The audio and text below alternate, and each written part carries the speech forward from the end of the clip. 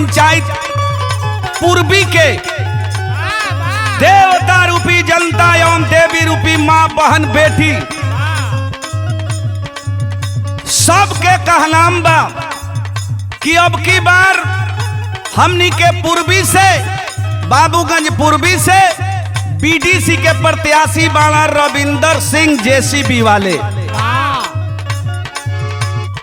आय अब की बार हमनी के एक हो के बाबूगंज पूर्वी के बीडीसी बनाई जाए इनका के, चाहे माई लोग होखस, बहिन लोग होखस, बेटी लोग होखस, भैया लोग होखस, सबके मन बन गई बा, विचार बन गई बा कि अब की बार रविंदर सिंह के बीडीसी बनावे के बाद आ भारी मत से जितावे के बाद।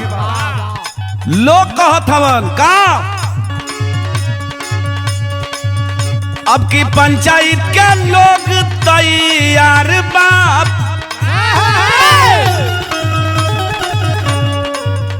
अब की पंचायत के लोग तैयार बा, केहू रोकत नहीं खे जीत अब की बार बाप।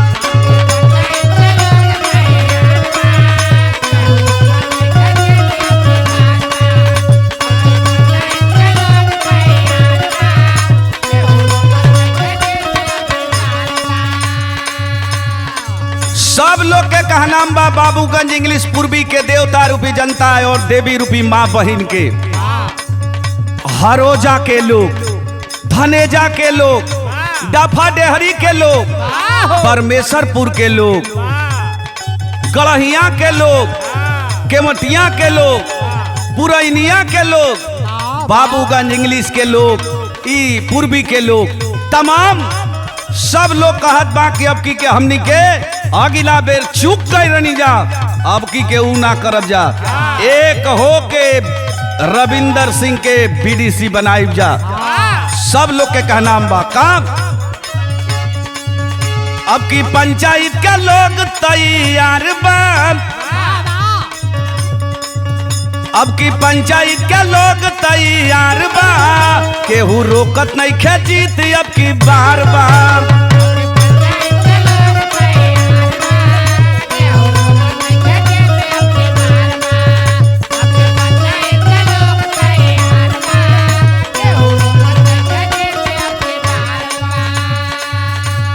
लोग कहत हवन कि रविंदर सिंह हमनी के बाबूगंज पूर्वी के बीडीसी प्रत्याशी बनल, आ केहू के दुख सुख में हमेशा जौन बा शामिल रहेलन, जब भी मिलेलन हंस के बोलेलन, हंस के बतियावेलन, तो हमनी के अब की के भुलाई जाना उनके के बीडीसी बनाई जा। लोग कहत हवन का ना चाहिए आन धन कवनो रुपैया,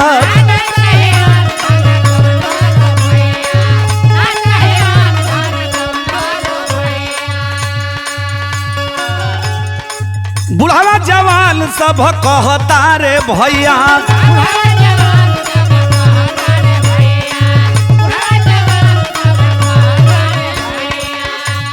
लोग कहतवन कि हमनी के अंधन ना चाहिए, हमनी के बस रविंदर सिंह के बीडीसी बनावे के बाद। का कहता लोग ना चाहिए अंधन कवनो रुपैया, बुढ़ावा जवान सब कहता रे भैया, जीती है रविंदर सिंह सबके विचार बाप, सबके मन दिल विचार बन गई बा कि अब की बार बाबूगंज इंग्लिश पूर्वी के बीडीसी रविंदर सिंह बने जाता रन। जीती है रविंदर सिंह सबकर विचार बाप, जीती है रविंदर सिंह सब कर विचार बा, केहू रोकत नहीं खे जीत अब की बार बार, भारी मत से जीते जाता रहो।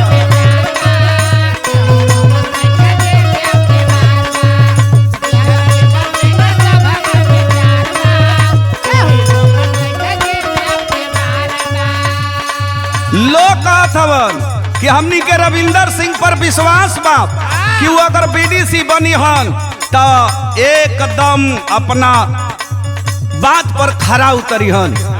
लोग कहत हवन का करी है जवन वादा उ कई के देखई है।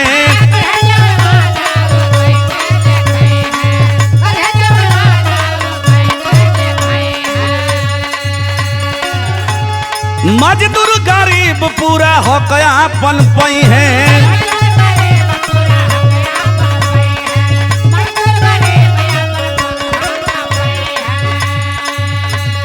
करी है जवन वादा उ कई के देखई है।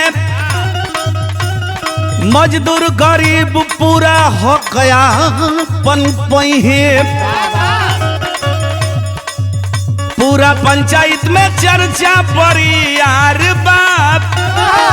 जेकरा से पूछो, माई लोग से पूछो, बहन से, केकरा के वोट दियाई? रविंदर सिंह के बीडीसी बनावे के बाद दादा लोग सब लोग के विचार बन गइल बा। पूरा पंचायत में चर्चा पड़ी यार बाप। केहू रोकत नहीं खे जीत अब की बार बाप।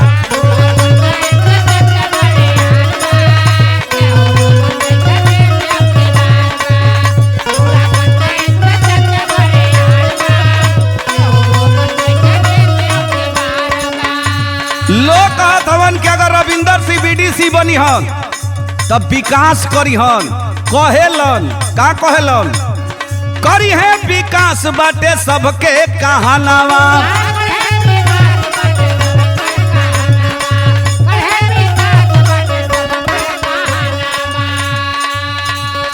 चोरी ना हुई हो पाई सरकारी धनवा।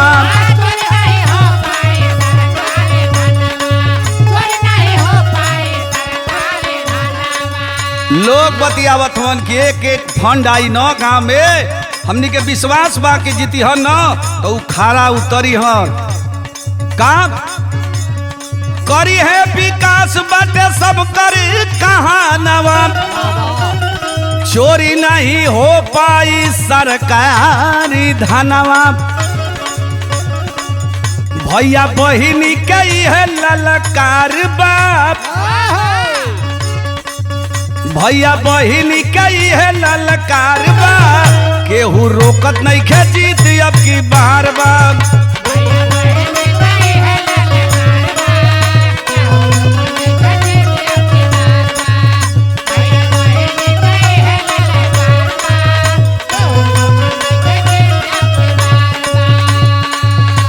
रविंदर भैया जिंदाबाद।